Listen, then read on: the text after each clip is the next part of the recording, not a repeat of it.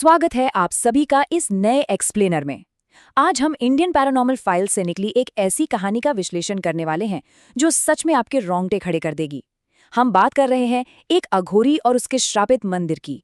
तो बिना वक्त गवाए सीधे इस मुद्दे की गहराइयों में उतरते हैं और देखते हैं कि आखिर वहां हुआ क्या था। सोर्स मटेरियल की शुरुआत ही एक बहुत ही चोट करने वाले विचार से होती है। एक लाइन है, हर मंदिर भगवान का नहीं होता। जरा इस पर गौर कीजिए। ये लाइन शुरुआत में ही एक बेहद डार्क और अजीब सा माहौल बना देती है। आमतौर पर मंदिर का ख्याल आते ही दिमाग में पवित्रता आती है ना, पर ये लाइन उस पूरी धारणा को हमेशा के लिए पलट देती है। हिस्सा 1, द इल्यूजन ऑफ पीस। जब हम मंदिर के बारे में सोचते हैं तो दिमाग में शांति, भक्ति और एक सेफ स्पेस की इमेज बनती है। यही सबसे बड़ा इल्यूजन है, क्योंकि इस कहानी में जिस मंदिर का जिक्र है वो कोई आम स्थान नहीं है, बल्कि एक अघोरी का श्रापित मंदिर है। एक तरफ पूजा और शांति और दूसरी तरफ दहशत। एक ऐसी इमारत जो बाहर से पवित्र दिखती है पर अंदर से एक भयानक खतरे का एपिसेंटर बन सकती है। हिस्सा 2, कबीर्स डिसेप्टिव डिस्कवरी। तो मिलिए कबीर से। कबीर एक लोकेशन मैनेजर है। उसका काम क्या है? अपनी अगली फिल्म के लिए एक परफेक्ट, अजीब और सुनसान शूटिंग स्पॉट ढूंढना। अब एक दिन एक आम से काम के सिलसिले में वो एक घने जंगल के बीचों बीच घूम रहा होता है। अचानक उसे एक पुराना खंडर बन चुका मंदिर दिखता है। उसे लगता है कि वाह, एकदम परफेक्ट सिनेमैटिक लोकेशन मिल गई। पर उसे बिल्कुल अंदाजा नहीं था कि उसका ये भ्रम कितनी भयानक तरह से टूटने वाला है। हिस्सा 3, द डार्क सीक्रेट्स इनसाइड। जैसे ही कबीर उस अजीब इमारत के अंदर कदम रखता है, चीजें डार्क होती चली जाती हैं। ये पूरा सीक्वेंस डर को धीरे धीरे बढ़ाता है। सबसे पहले वो एकदम खाली गर्भगृह में जाता है, फिर उसकी नज़र दीवारों पर बने अजीब तांत्रिक यंत्रों पर पड़ती है। थोड़ा और एक्सप्लोर करने पर उसे एक छुपा हुआ कमरा मिलता है और अंत में सबसे भयानक दृश्य सामने आता है, एक बेजान अघोरी। ये एक के बाद एक खुलने वाली परतें सस्पेंस को अपनी चरम सीमा पर ले जाती हैं।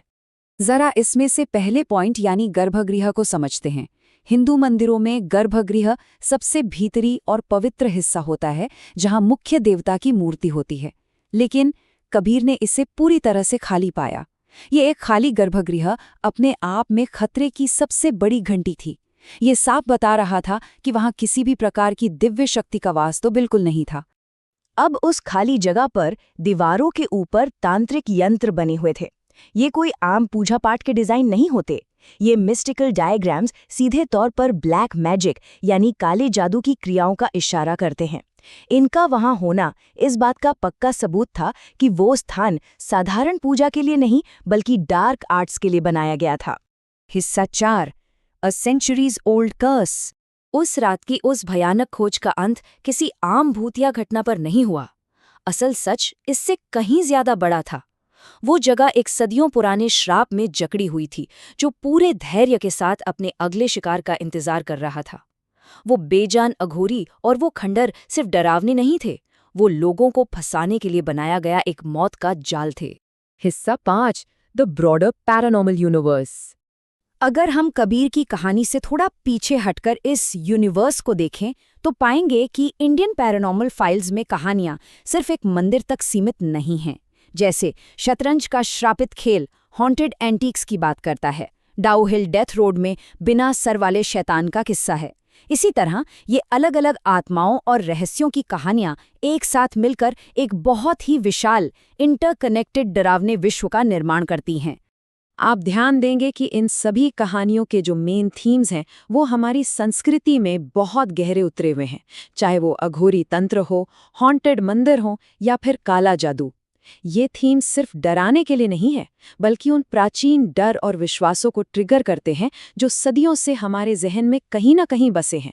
तभी ये इतने असरदार और अनसेटलिंग लगते हैं। तो इस पूरे विश्लेषण के अंत में एक ऐसा विचार जो आपको सोचने पर मजबूर कर देगा। क्या सच में कुछ कहानियां अंधेरे में ज्यादा सच लगती हैं? क्या उस डर का असली कारण वो अजीब जगह थी या फिर वो डार्क माहौल जो इंसान के सबसे गहरे छुपे हुए डर को जगा देता है? इस बेचैन करने वाले सवाल के साथ मैं आज के इस एक्सप्लेनर को यही विराम देता हूं। ऐसे ही किसी नए और रोमांचक रहस्य के साथ फिर जुड़ेंगे। शुक्रिया।